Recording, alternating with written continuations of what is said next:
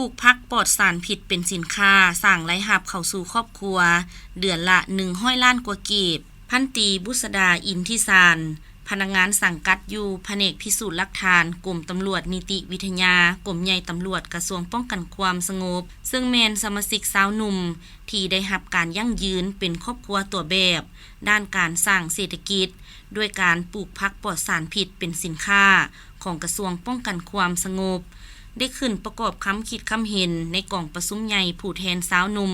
กระทรวงป้องกันความสงบสมัยที่6ในวันที่13 พฤษภาคม 2025ต่อกล่องประชุมว่าตนเองได้สร้างครอบครัวกับนางเวียงสวรรค์คำมณีวงศ์พนักงานสังกัดอยู่กระทรวงทรัพยากรธรรมชาติและสิ่งแวดล้อมมีลูกน้ำกัน2 คนย้อนความมักหักในการเฮ็ดกสิกรรมจึงได้ญาติเวลาว่างในยามเลิกเวียกและวันพักไปปลูกพืชผักชนิดต่างๆและหมากไม้เป็นต้นแมนหมากแตงเมลอนอยู่ส่วนของตนที่มีเนื้อที่ดินประมาณไร่กว่าอยู่บ้านโซกใหญ่เพื่อบริโภคภายในครอบครัวเมื่อผักและหมากไม้ที่ตนเองปลูกมันสุกแล้วก็ได้แบ่งปันให้กับญาติพี่น้องและหมู่เพื่อนได้ลองชิมซึ่งหลายคนบอกว่ามีรสชาติแซ่บและแนะนำให้ปลูกหลายๆเพื่อขายเป็นสินค้าจากจุดดังกล่าวจึงได้มีความคิดอยากปลูกเพื่อขายเป็นสินค้าหารายได้เสริมตกมาฮอดปี 2016 จึงได้ตัดสินใจปรึกษาหารือกับครอบครัวปลูกหมักแตงเมลอนและผักปลอดสารพิษแบบจริงจังเพื่อเป็นท่าแหงในการสร้างเศรษฐกิจครอบครัวโดยได้สัมปทานเนื้อที่ดินเกือบ2 เฮกตาร์อยู่หลัก19เมืองไซธานีนครหลวงเวียงจันทน์และได้ลงทุนปลูกเรือนห่มขนาดใหญ่5 หลังสำหรับปลูกหมักแตงเมลอนและอีก4 หลังสำหรับปลูกผักปลอดสารพิษประเภทต่างๆเช่นผักเคลผักสลัดผักกาดหมากเล่นและหมากอึญี่ปุ่นหมากละแซงเดือนเมษายนปี 2018 ก็ได้รับการยั่งยืนมาตรฐานกสิกรรมที่ดีของลาวและปี 2020 ก็ได้ก่อตั้งเป็นบริษัทป่าหวานฟาร์มจำกัดซึ่งมีผู้ถือหุ้นทั้งหมด6 คนและได้กู้ยืมเงินจากรัฐบาลในการปลูกสร้างในเบื้องต้น1 ตื้อกว่ากีบผลิตภัณฑ์จากส่วนใหญ่แล้วแม่นจะส่งไปจำหน่ายอยู่ศูนย์การค้าหรือห้างสรรพสินค้าใหญ่ๆในนครหลวงเวียงจันทน์หรือไปจำหน่ายในงานวางแสดงสินค้ากสิกรรมต่างๆที่ภาครัฐและเอกชนได้จัดขึ้นเพื่อเป็นการสุขยุส่งเสริมผลิตภัณฑ์กสิกรรมอยู่ประเทศเฮาผลตอบรับแม่นดีสามารถสร้างรายรับเข้าครอบครัวเดือนละ100 ล้านกว่ากีบปัจจุบันถึงแม้นว่าผลผลิตกสิกรรมที่ปลอดสารพิษนี้อาจจะมีราคาดีและสังคมมีความต้องการบริโภคสูงแต่ชาวเกษตรกรส่วนหลายก็จะบ่เลือกที่จะปลูกพืชที่ปลอดสารพิษเนื่องจากมันมีความยุ่งยากในการบำบัดรักษาและต้องนำใช้เทคนิควิชาการเข้าในการผลิตสูงนับแต่ระบบการให้น้ำการป้องกันแมงไหม้การสร้างระบบที่ต้านทานกับสภาพการเปลี่ยนแปลงของดินฟ้าอากาศและการลงทุนใส่โครงสร้างค่อนข้างสูงสมควรพันตรีบุษดาอินทิสารยังได้กล่าวเติมอีกว่าถึงแม้นว่าการเฮ็ดกสิกรรมจะมีความลำบากแต่ก็มีความสุขหลายเพราะว่าได้เฮ็ดในสิ่งที่ตนเองมักและสิ่งสำคัญแม่นได้ช่วยให้ชีวิตการเป็นอยู่และเศรษฐกิจครอบครัวค่อยๆดีขึ้นปัจจุบันทางสวนแม่นมีการก่อสร้างให้มีร้านอาหารไว้คอยบริการสำหรับนักท่องเที่ยวผู้ที่มีความสนใจอยากมาทัศนะและเรียนรู้เพื่อนำไปหมุนไส้ในครอบครัวผ่านมาครอบครัวของข้าพเจ้าก็เป็นครอบครัวข้าราชการเมียก็เฮ็ดเวียกอยู่กระทรวงทรัพยากรธรรมชาติและสิ่งแวดล้อมข้าพเจ้าก็เป็นพนักงานอยู่กรมตำรวจนิติวิทยาเนาะก็ ชีวิตเริ่มต้นของครอบครัวกับผัวก็สั้นใน100ปีเนาะเมียก็เป็นวิชาการอยู่กระทรวงทรัพย์ฉะนั้นสภาพเศรษฐกิจก็อาศัยแต่เงินเดือนก็เฮ็ดให้ว่ามีความยุ่งยากซับซ้อนเมื่อว่ามีลูกมีเต้ามาเนาะและทางครอบครัวจึงได้ปรึกษาหารือกันที่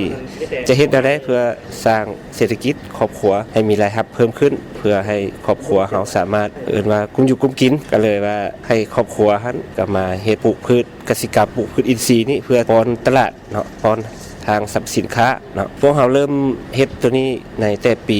2016เนาะจนมาฮอดปัจจุบันเนาะก็ค่อยๆเติบโตมาค่อยเติบใหญ่มาซึ่งปัจจุบันนี้พวกเราจะมีการปลูกพืชเป็นต้นแม่นผักเนาะประเภทผักสลัดแล้วก็ผักอินทรีย์ต่างๆประเภทหมากไม้จะมีหมากเมลอนหมากเล่นหมากองุ่นหมากหมากแตงพร้อมเดียวกันนั้นก็จะมีประเภทเป็นแหล่งท่องเที่ยวมีร้านอาหารเพื่อบริการแขกคนหรือว่าผู้ที่สนใจจะเข้าไปเรียนรู้เนาะได้กินได้ดื่มและก็ได้เรียนรู้ไปพร้อมๆกันถือว่าตลาดของพวกเรานี่มีความต้องการสูงเนาะการผลิตนี้ถือว่ายังบ่เพียงพอเฉลี่ยเดือนนึงหั่นก็บ่ต่ำกว่า100ล้านกว่ากีบต่อเดือนเฉพาะการปลูกผักและยังอาหารต่างหากอีกเนาะแต่ว่ายังพื้นที่มันจำกัดเนาะอยู่ในเมือง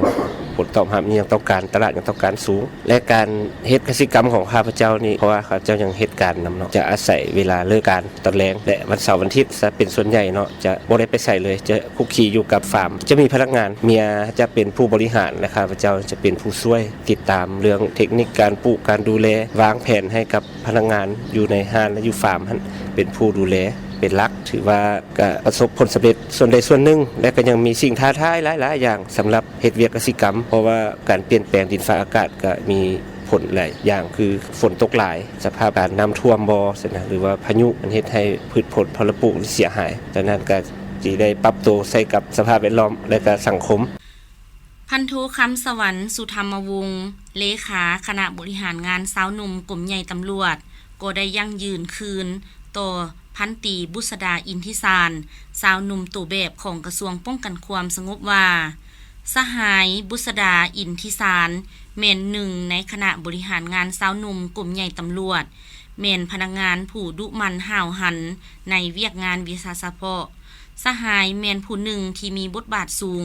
มีความรู้ความสามารถปฏิบัติหน้าที่วิชาเฉพาะด้วยความห่าวหันและมีผลสำเร็จตามการมอบหมาย